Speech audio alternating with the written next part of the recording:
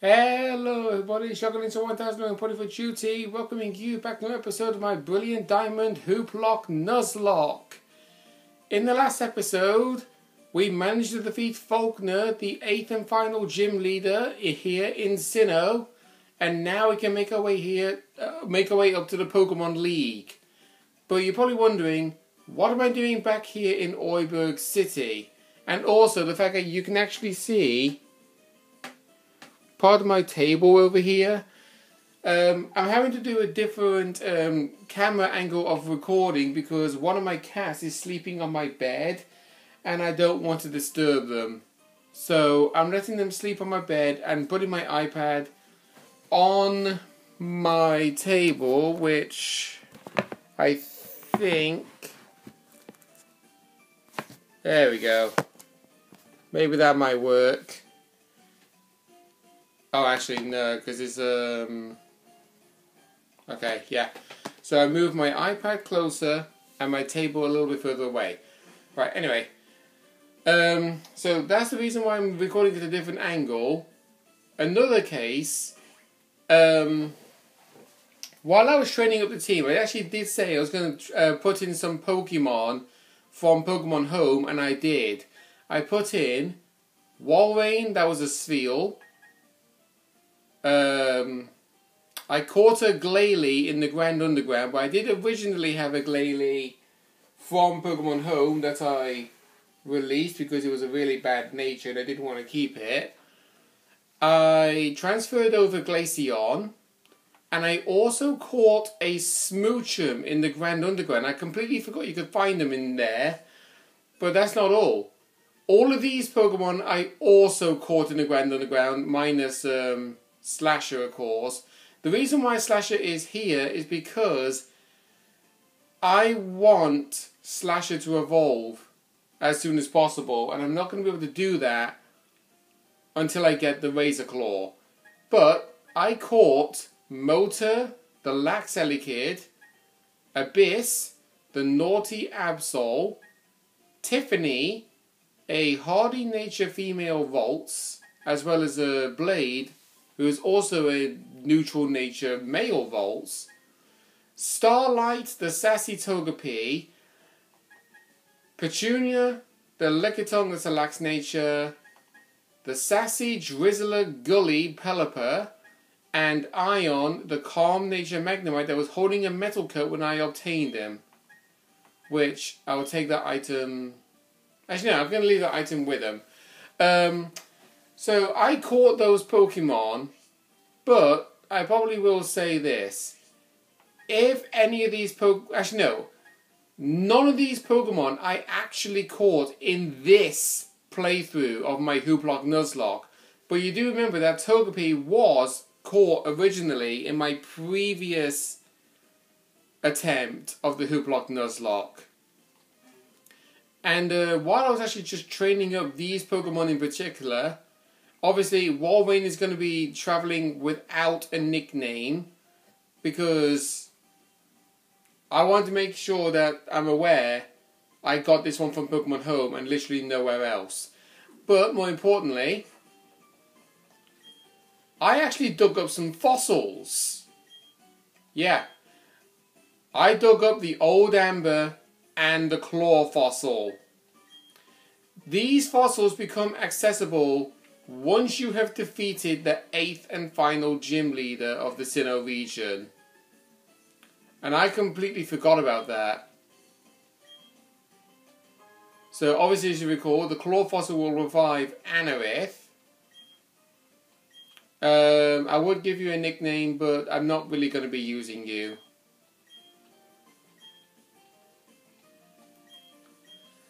And the Old Amber, as you obviously do recall, will revive Aerodactyl.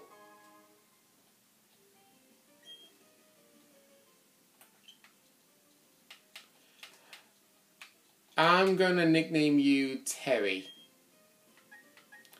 Let's have a look.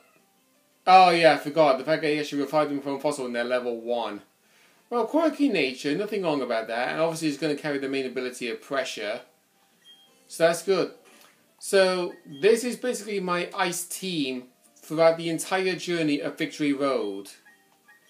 Walrein, don't worry about the fact that it's a bold nature. It does say, look at this. It seems to have travelled all the way across space and time itself to join me from the Sinnoh region of old.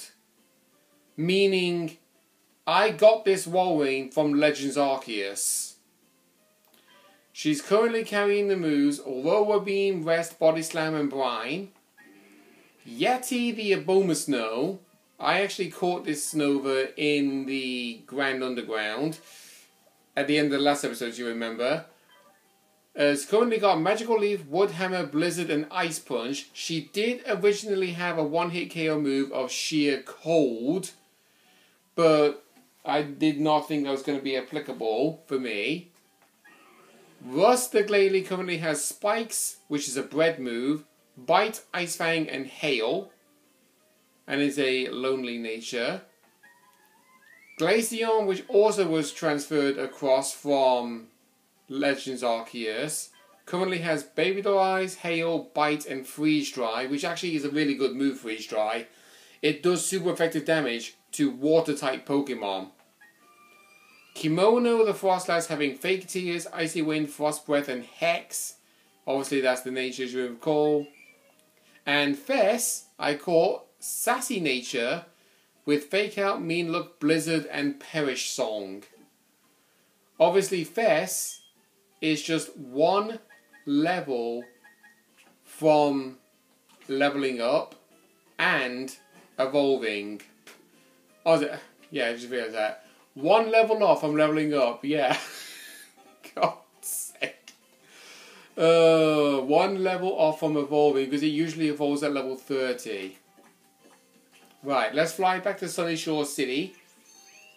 After spending 7 minutes here in Oiberg. I know, not really prepped, personally. But it works out. Actually, let's go into the Pokemon Center, because I want to buy some things. I want to stock up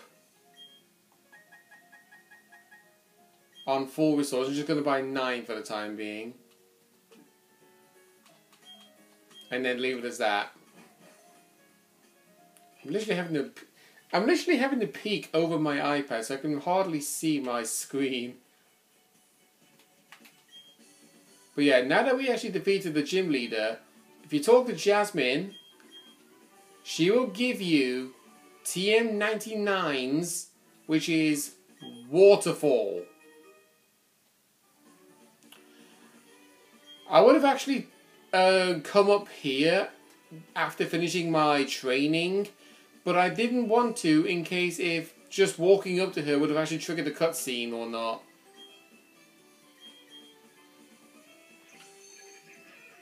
But obviously, travelling across the water here, there will be some Pokemon that we can actually find, but I don't think I personally want to take the time to catch them.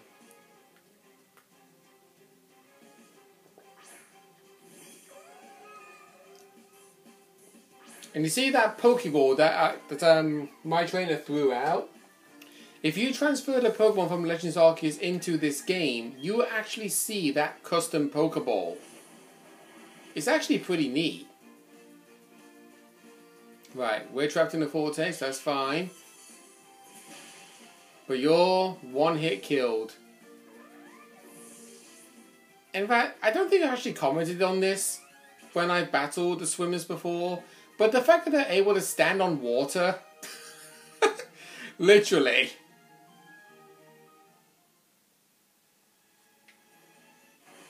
Nope.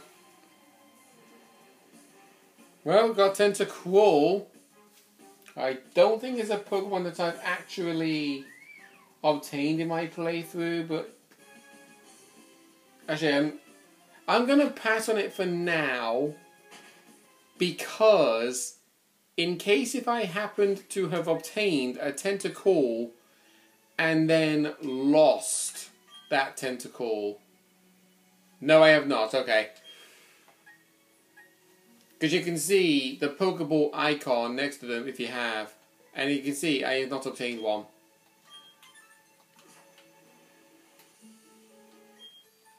So yeah, I'm going to be fighting these trainers to get some experience. I was originally thinking I will fight these trainers off camera.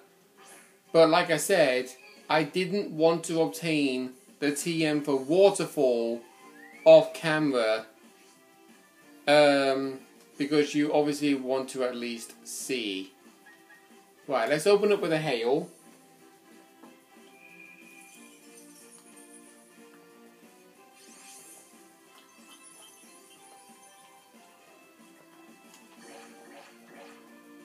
Okay, sharply dropping my physical attack.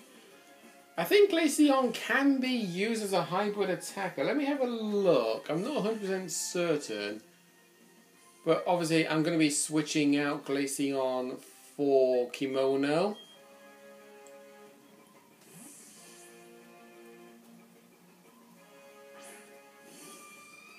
Let's see. Glaceon's base stats.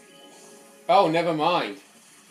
Glaceon has a base 60 physical attack compared to a base 130 special attack, so it's not really possible. Right, let's use a Frost Breath, guaranteed critical hit.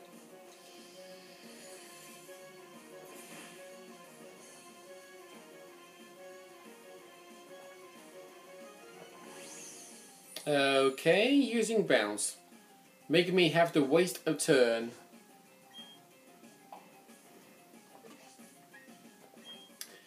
Let's see.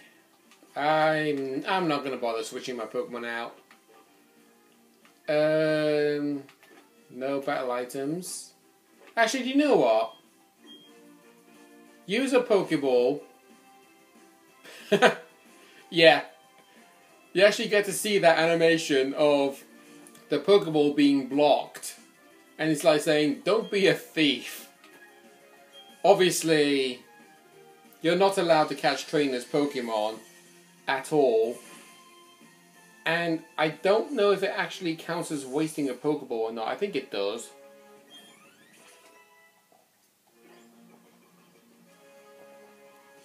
Oh, the hail stopped. Oh, going from Azurill to Azumarill. Interesting. Well, Hex would be really handy if I actually was able to give you a status condition, which, unfortunately for me, I can't. So we're going to switch out to Yeti.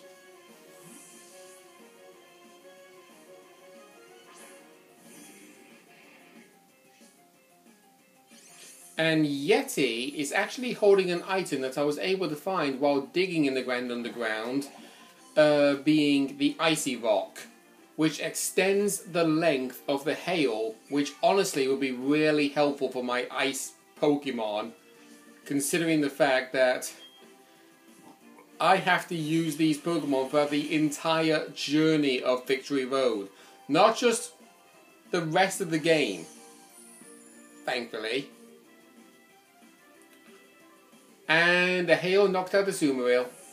Nice. I was actually a little bit concerned it actually wasn't going to then. That's fine.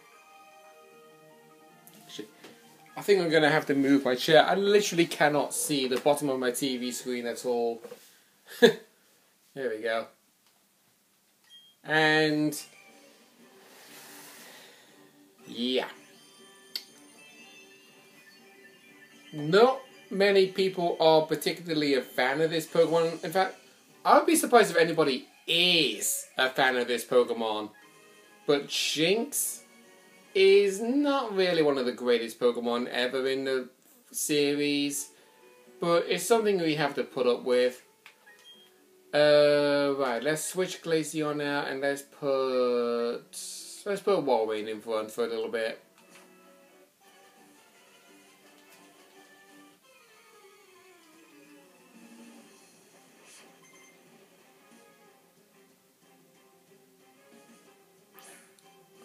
Oh, if I actually kept Glaceon out, that actually would have shown something as a primary example. Obviously, Freeze Dry can do super effective damage against water-type Pokemon. But if water-type Pokemon happen to have a secondary type that so happen to have a weakness to ice normally. So like a water dragon type, a water flying type, which Mantike is, a water grass type, like Ludicolo, but you don't see Ludicolo at all in this game, or a water ground, like Gastrodon. Dealing with that, no questions asked, will result in a quad super effective damage, because it actually focuses on the Pokemon's type that is normally weak to ice, but then it will also do super effective damage to the water type anyway. So you have that going for you. We'll just use a bite to finish off the Mantike.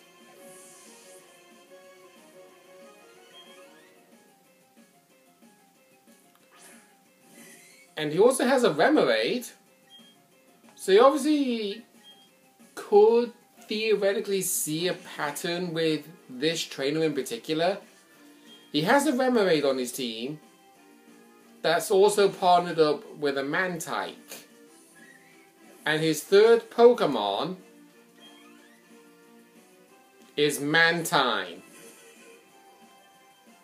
The reason why his team is like this is to go as followed.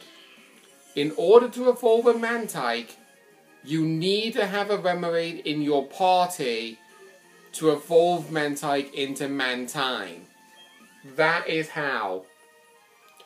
And this trainer basically shows you that, despite the fact about something that I kinda had a compelling, well, I wouldn't say it was a compelling argument really, because I was basically saying this to myself more than anything. But the fact that, actually, no, I actually do want to use Yeti. The fact is that I actually was thinking the Pokemon anime does not really share any relation to the video games at all. Like, allow me to explain. You know that certain type moves have no effect on certain type Pokemon. Like, Dragon can't touch Fairy, Electric can't touch Ground, Poison can't touch Steel. But here is the problem.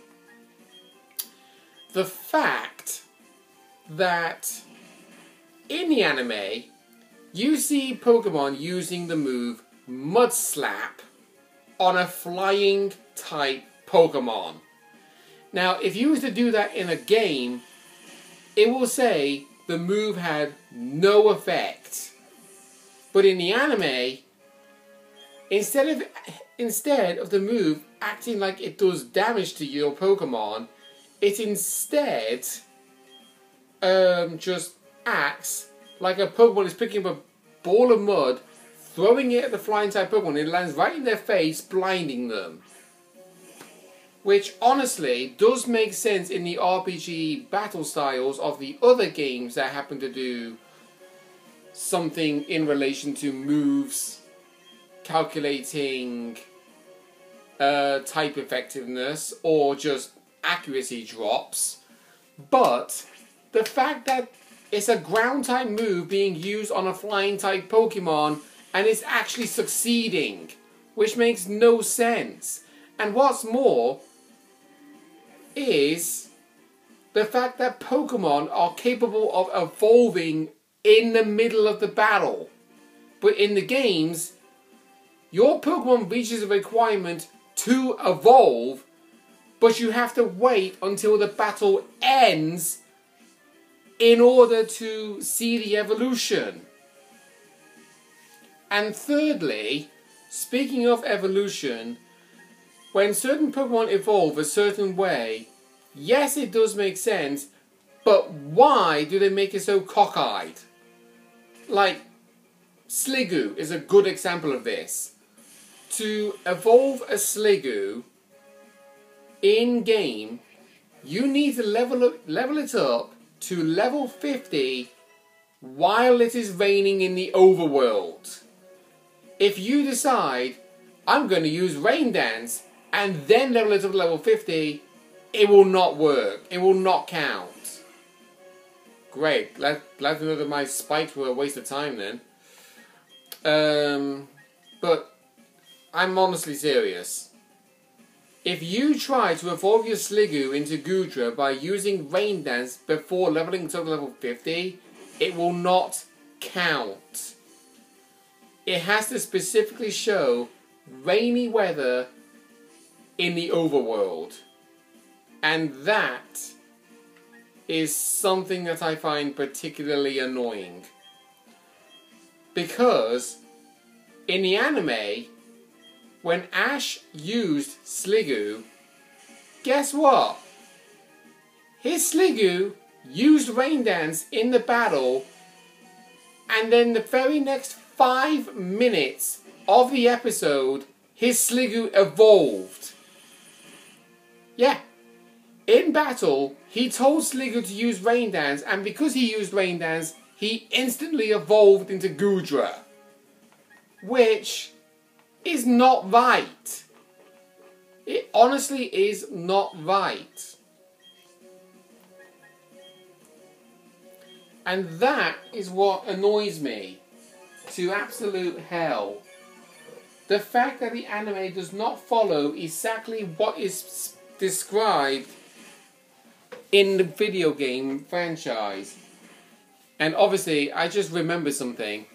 When I healed up a Abomasnow, I actually put down a tradition where I was going to allow all of my Ice-type Pokemon for this challenge to have 2 lives. And I almost forgot about that. Right, one more trainer. And by the way, that Pokeball you see down there, there is actually a way to get over to it, obviously, because it would not be there otherwise.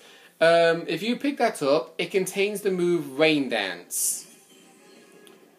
I'm not really going to take the liberty of picking that up because, one, even though it would really be helpful if I happen to have a Pokemon with the move Hurricane or Thunder, but I'm not going to go into the liberty of teaching Rain Dance to a Pokemon where A, I do not have one that carries the move Hurricane, and B, does not carry the move Thunder. The only Pokemon that actually would benefit with using Thunder are special attacking Electric-type Pokemon, and the only Electric-type Pokemon that I happen to have are physical attackers. Even though, yes, Elekid, when it evolves into Electabuzz, is a special attacker, but when it evolves into Electivire, it then becomes a physical attacker. Which, speaking of which, I don't actually recall where you find the Electivizer other than the Grand Underground or as a post-game item. Come on, Abomasnow. Thank you. I do not want to deal with you hurting yourself in confusion. In fact, that's actually something I find annoying. Like, I know it's going on a bit of a tangent, personally, but it's kind of a true statement. The fact that the AI, if they have a move that can give you a status condition, either by random chance or guarantee, they will abuse using it. So it's like, turn 1, obviously, he used acid armor. Because he obviously, turn 1, wanted to use Water Pulse to confuse me, but he knew on that turn of using Water Pulse, it was not going to work. So that's why, on turn 2, he did use it, and that time he did succeed.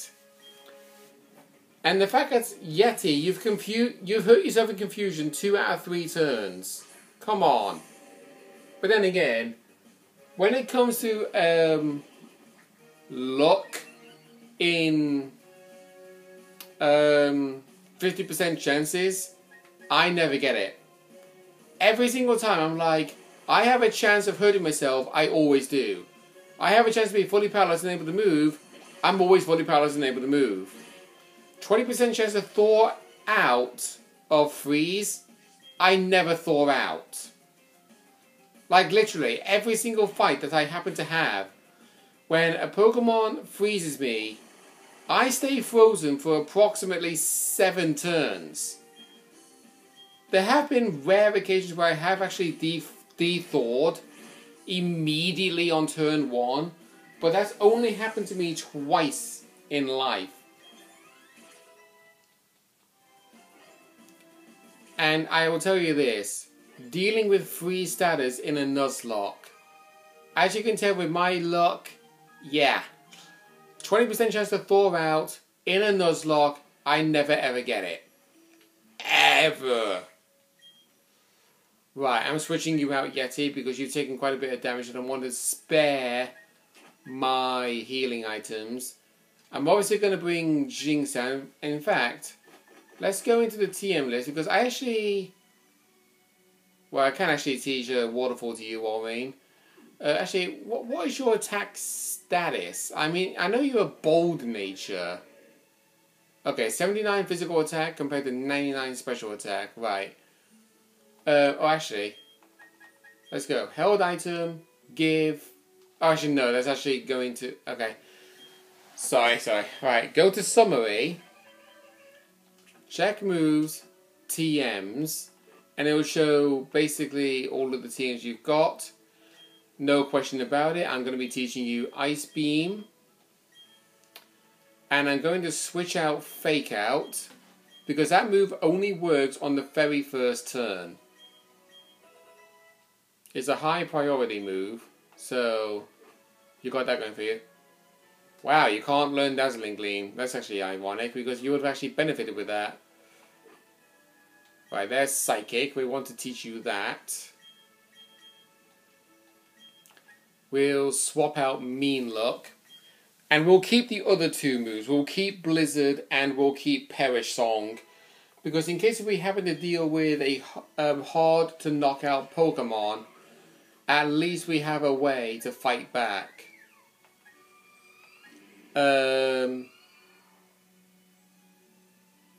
Actually, yeah, Kimono.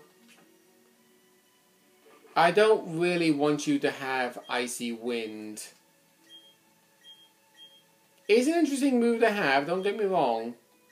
But it's just that it's a 5% chance to miss, and knowing my chances of missing with moves at that standard, I get it all the time. Right, let's see what else. Obviously, I know you can learn Psychic, but you're not going to benefit with that move. As odd as that sounds. Oh god, Charge Beard, yeah. Attract. That was what I found in the Grand Underground.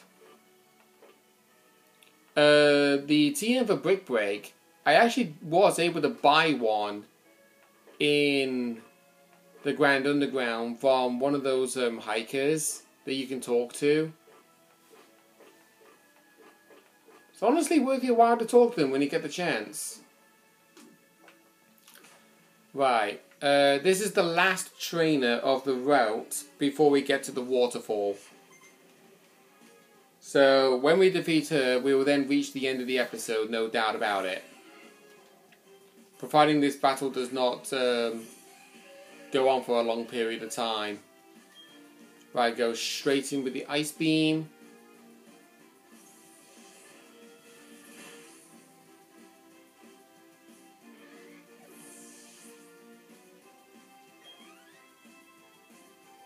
Oh, and Seeking.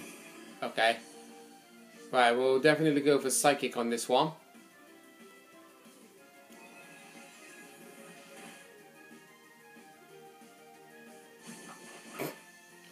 Level 41, and you have Peck. I'm not saying it's like the trainers programmed to have these moves specifically.